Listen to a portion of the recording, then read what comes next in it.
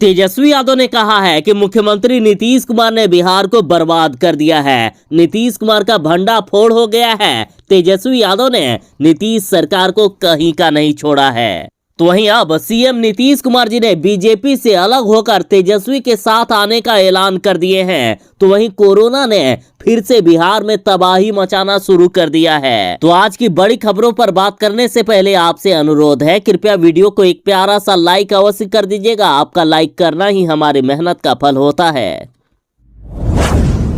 मुख्यमंत्री नीतीश कुमार जी ने बिहार में शराबबंदी लागू की है, लेकिन शराब बेचने का काम खुद उनके ही पार्टी के विधायक कर रहे हैं। और ये आरोप किसी और ने नहीं बल्कि नीतीश कुमार के ही पार्टी जदयू के विधायक ने अपने ही पार्टी के विधायक पर लगाया है। वाह जी वाह, मतलब पुलिस जा जाकर हर जगह ढूंढ रही थी कि कौन दारू बेचने का काम करती है, लेकिन यहाँ तो खुद जदयू के विधायक ही दारू बेचने वाले हैं। देखिए, जदयू विधायक गोपाल मंडल ने अपने ही पार्टी के विधायक पर कहा है कि जदयू सांसद शराब बेचते हैं और अफीम की खेती करते हैं। देखिए, जदयू विधायक गोपाल मंडल ने कहा है कि उनके ही पार्टी के जदयू सांसद अजय मंडल शराब बेचने का काम करते हैं और अफीम की खेती करते हैं। और इतना ही नहीं, उन्होंने यहां तक खुलासा कर दिया कि जदयू विधायक अजय मंडल ट्रैक्टर से शराब बेचने का काम कर रहे हैं। और गोपाल मंडल ने यह बयान सार्वजनिक तौर पर दिया है और उनका वीडियो भी वायरल हो रहा है।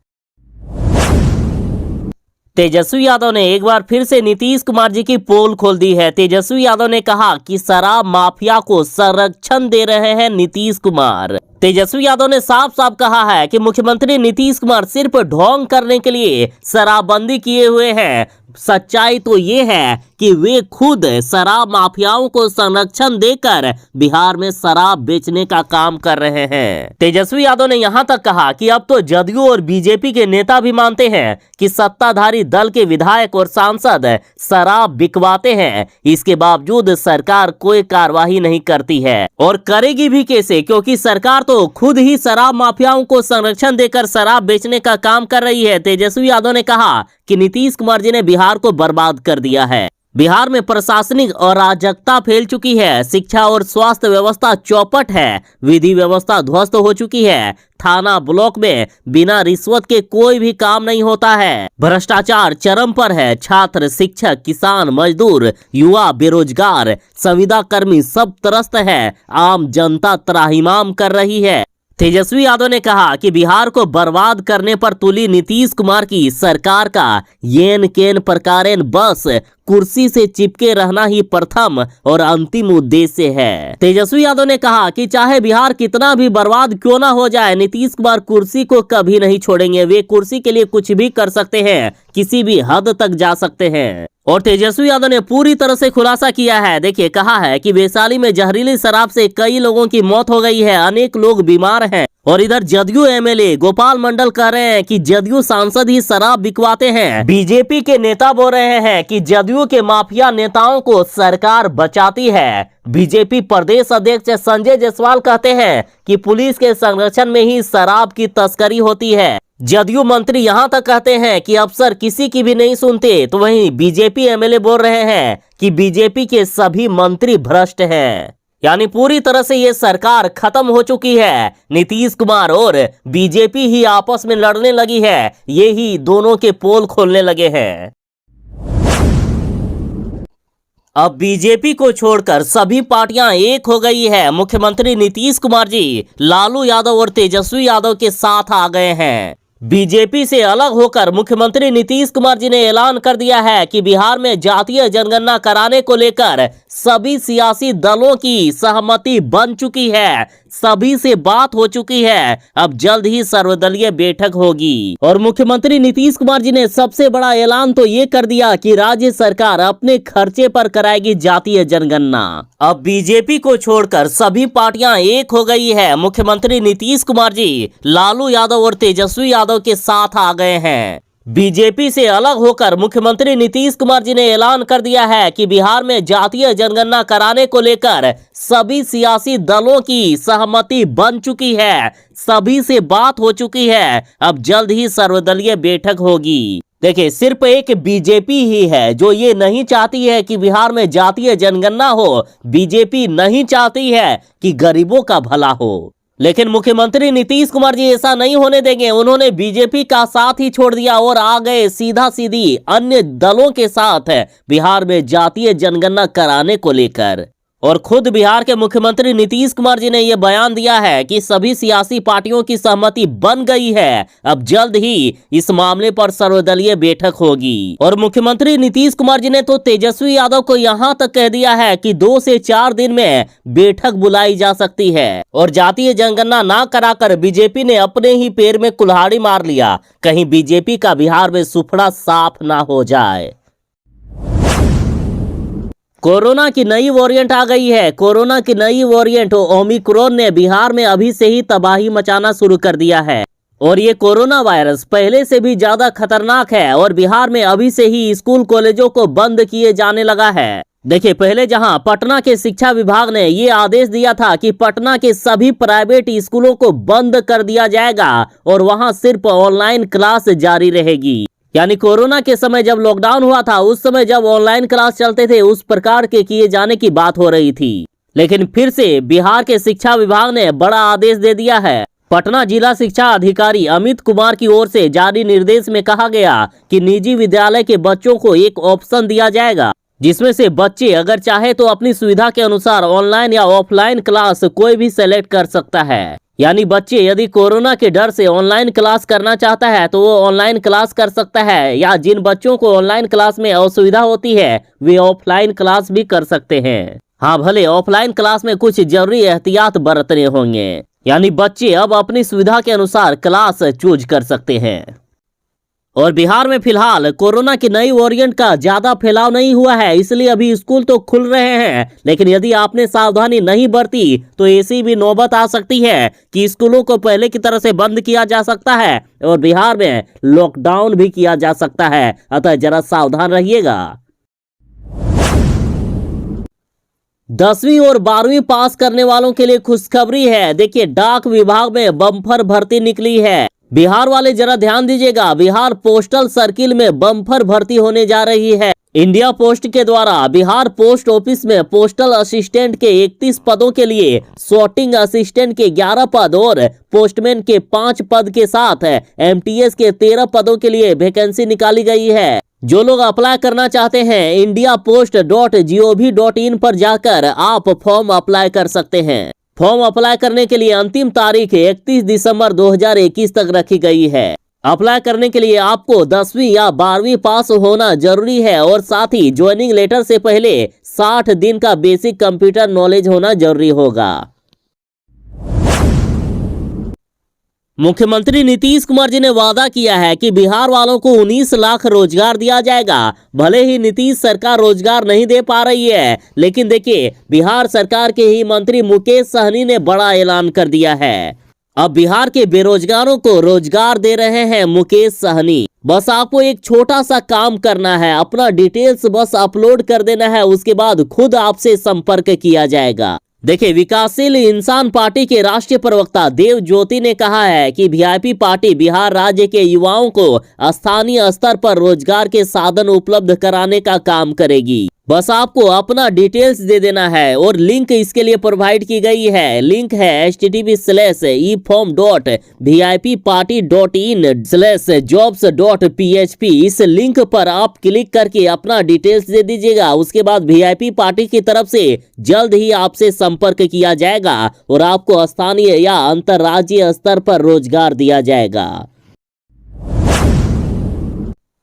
जरा बच के रहिएगा, नहीं तो आपकी जान पर आन बन सकती है। देखिए, कोरोना का जो नया वेरिएंट आया है ओमिक्रॉन, ये काफी ज्यादा खतरनाक है और इतना खतरनाक है कि कई केस में तो कोरोना की वैक्सीन भी काम नहीं आ रही है। जी हाँ, बिल्कुल सही सुना आपने, एक ऐसा ही मामला सामने आया है। वैक्सीन की दोनों डोज लेने के बाद भी कोरोना हो गया। दुबई से आने वाले यात्रियों ने ली थी फाइजर वैक्सीन की दोनों डोज, फिर भी पॉजिटिव हो गए और इससे हड़कंप मच गया है चारों तरफ। दुबई से लौटने वाले पटना के 2 संक्रमितों ने फाइजर वैक्सीन की दोनों डोज ली थी। दोनों कोरोना वैक्सीन की डोज लेने के बाद भी ये कोरोना पॉजिटिव हो गए। तो सोचिए ये वायरस कितना खतरनाक है। और अब दोनों की रिपोर्ट पॉजिटिव आने के बाद स्वास्थ्य विभाग में हड़कंप सा मच गया है। अब कोरोना इतना खतरनाक हो गया है कि कोरोना वैक्सीन की लक्ष्मण रेखा को भी तोड़ रहा है। और इससे भी खतरनाक बात यह है कि पटना में अब कोरोना के 4 नए मरीज मिल गए हैं। और अब बिहार के सभी जिलों को अलर्ट कर दिया गया है। सभी जिलों में नए निर्देश जारी हो रहे हैं। और सबसे ज्यादा खतरा तो यहाँ बन जाता है कि विदेश से आने वाले लोग छिप रहे हैं। वे डर से कोरोना का जांच नहीं करवा रहे हैं और ऐसा करने से वे कई अन्य लोगों को भी संक्रमित कर रहे हैं, जिससे बिहार में बड़ा खतरा मंडरा रहा है।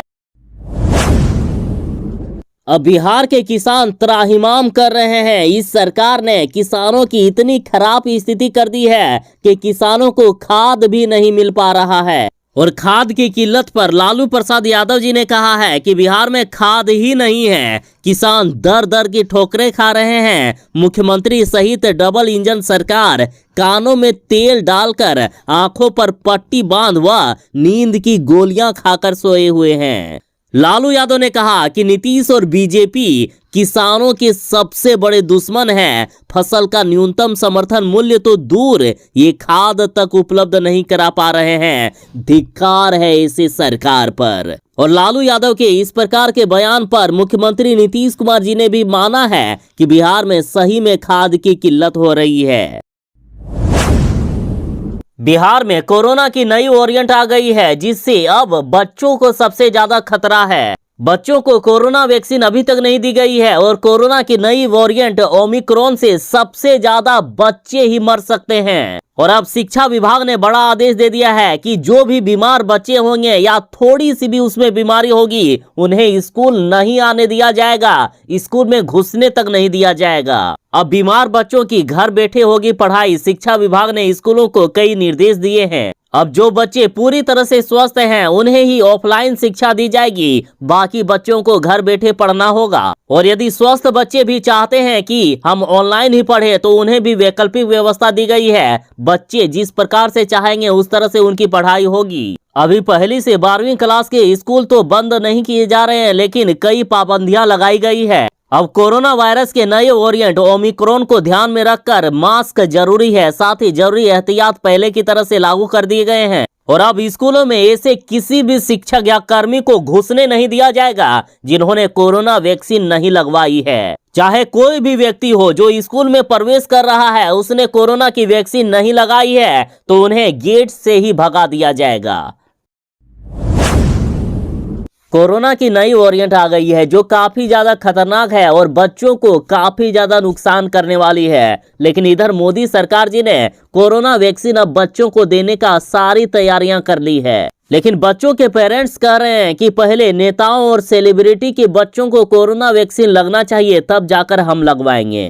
देखिए, केंद्र सरकार ने बिहार सहित 7 राज्यों में बच्चों के वैक्सीनेशन को हरी झंडी दे दी है और बिहार सरकार ने सारी तैयारियां कर ली है। बच्चों को जो वैक्सीन दिया जाएगा वो नीडल फ्री होगा, मतलब वैक्सीन लेने में जरा सा भी दर्द नहीं होगा। लेकिन बच्चों के गार्जियन कह रहे हैं कि बच्चों को कोरोना वैक्सीन देने से पहले विश्वास जमाना जरूरी है। जब प्रधानमंत्री नरेंद्र मोदी जी ने वैक्सीन ली तो लोगों को विश्वास बढ़ा और इसी तरह से पहले नेताओं के बच्चों और सेलिब्रिटी के बच्चों को वैक्सीन दी जानी चाहिए, इसके बाद आम लोगों में विश्वास बढ़ जाएगा। बच्चों की वैक्सीन को लेकर सामान्य परिवार के गार्जियन काफी डरे हुए हैं। गार्जियन यहाँ तक कह रहे हैं कि पोलियो का जब टीका दिया गया तो पूरा विश्वास हो गया कि टीका लेने के बाद पोलियो नहीं होगा, लेकिन यहाँ तो दोनों डोज लेने के बाद भी कोरोना से परेशान हो रहे हैं। कोरोना का डर दोनों डोज के बाद भी सता रहा है। गार्जियन कह रहे हैं कि अगर टीका लेने के बाद भी सुरक्षित नहीं है तो रिस्क लेने में क्या फायदा है। बिहार के नियोजित शिक्षकों के लिए खुशखबरी है, उन्हें अब बढ़ा हुआ वेतन दिया जाएगा। और बड़ी खबर तो ये है कि वेतन भुगतान के लिए गजट जारी कर दी गई है। ऑनलाइन कैलकुलेटर से होगा शिक्षकों के वेतन का निर्धारण। 3.5 लाख शिक्षकों और पुस्तकालय अधीक्षकों को 1 अप्रैल 2021 से ही 15% बढ़ा हुआ वेतन अब भुगतान किया जाएगा। और लगातार जिलों में वेतन दिया जा रहा है। कई शिक्षकों को वेतन मिल भी गया है। जिन शिक्षकों को वेतन नहीं मिला है जल्द ही उन्हें बढ़ा हुआ वेतन दिया जाएगा। बिहार के आयुष चिकित्सकों के लिए गुड न्यूज है। सरकार 3270 पदों पर अस्थायी नियुक्ति करने जा रही है। बिहार के स्वास्थ्य मंत्री मंगल पांडे जी ने बड़ा ऐलान कर दिया है। मंगल पांडे जी ने कहा है कि जनवरी 2022 तक 3270 आयुष चिकित्सकों की नियुक्ति प्रक्रिया पूरी कर ली जाएगी। यानी अगले कुछ दिनों में इसके लिए नोटिफिकेशन निकाला जाएगा और जनवरी तक ये सारी प्रक्रियाएं पूरी करते हुए आपको नौकरी दी जाएगी। स्वास्थ्य मंत्री जी ने कहा है कि कुल 3270 पदों पर जो बहाली हो रही है उसमें से 50% यानी 1635 पदों पर आयुर्वेद, 30% यानी 981 पदों पर होम्योपैथी और 20% यानी 654 पदों पर यूनानी चिकित्सकों की नियुक्ति की जाएगी। इस नीतीश बीजेपी की सरकार में फर्जीवाड़ा ना हो ऐसा हो ही नहीं सकता। देखिए बिहार में अब कोरोना वैक्सीन और कोरोना जांच में फर्जीवाड़ा का एक बड़ा खुलासा हुआ है। बिहार के अरवल में कोरोना वैक्सीन लेने वालों के नाम में प्रधानमंत्री नरेंद्र मोदी जी, गृह मंत्री अमित शाह और प्रियंका चोपड़ा का नाम शामिल है। वाह जी वाह, गजब का फर्जीवाड़ा करती है ये सरकार। यहाँ सोचने वाली बात ये है कि ये लोग फेमस लोग थे इसलिए तुरंत ही फर्जीवाड़ा का पता चल गया। बाकी ऐसे कितने फर्जीवाड़े हुए होंगे। बिहार में आरटीपीसीआर टेस्ट और कोरोना वैक्सीनेशन के नाम पर एक बड़ा फर्जीवाड़ा का मामला सामने आया है। अरवल जिले की करपी पीएचसी में कोरोना वैक्सीन का डोज लेने वालों की सूची में जब नरेंद्र मोदी, अमित शाह और प्रियंका चोपड़ा का नाम सामने आया तो चारों तरफ हड़कंप सा मच गया। एक तरफ जहां बिहार के साथ पूरे देश में कोरोना वायरस के नए वेरिएंट ओमिक्रॉन को लेकर हाहाकार मचा हुआ है, तो इधर बिहार सरकार की नई नौटंकी सामने आ रही है। बिहार में सिर्फ नाम की शराबबंदी है। लगातार बिहार में शराब माफिया बढ़ते ही जा रहे हैं। तेजस्वी यादव ने मुख्यमंत्री नीतीश कुमार जी पर यहां तक आरोप लगा दिया कि नीतीश कुमार खुद शराब माफियाओं को संरक्षण देते हैं। तो इधर पटना हाईकोर्ट की तरफ से बड़ी खबर आई है। देखिए पटना हाईकोर्ट ने कहा कि पुलिस दिलचस्पी नहीं दे रही है, इसलिए शराब माफिया बढ़ते जा रहे हैं। शराब माफियाओं की संपत्ति की जांच होनी चाहिए। हाईकोर्ट ने नीतीश सरकार से पूरी रिपोर्ट मांगी है कि बिहार में कितने शराब माफियाएं हैं, बिहार में शराब माफियाओं की कितनी संपत्ति है। अब शराब रोकने के लिए और शराब माफियाओं को पकड़ने के लिए खुद पटना हाईकोर्ट आगे आया है। हाईकोर्ट ने कहा कि किसी भी शराब माफिया को नहीं छोड़ा जाएगा, चाहे वे सरकार के ही लोग क्यों ना हो। अब बीजेपी का सुफड़ा साफ हो रहा है। बिहार और पूरे देश में बीजेपी की लगातार हार होने लगी है। बीजेपी सरकार तो धोखे से आ गई थी सत्ता पर, क्योंकि इन्होंने कहा था कि हम महंगाई कम करेंगे, अच्छे दिन लाएंगे, लेकिन ऐसा कुछ हुआ नहीं। महंगाई चरम पर है, अच्छे दिन की जगह बुरे दिन आ गए हैं। और अब तो खुद बीजेपी के ही विधायक ज्ञानेंद्र सिंह ज्ञानू ने कहा है कि बिहार बीजेपी में नेतृत्व की कमी है। यही कारण है कि पार्टी दिन प्रतिदिन कमजोर हो रही है। अगर पार्टी को मजबूत करना है तो नेतृत्व परिवर्तन को लेकर जल्द से जल्द कुछ सोचना होगा। खुद बीजेपी के नेता ये बात कह रहे हैं कि आज अपर कास्ट में भी नाराजगी है। यही कारण है कि बीजेपी की किरकिरी हो रही है। यह स्थिति बनी रही तो हमें डर है कि 2024 के चुनाव में इसका प्रभाव पड़ सकता है।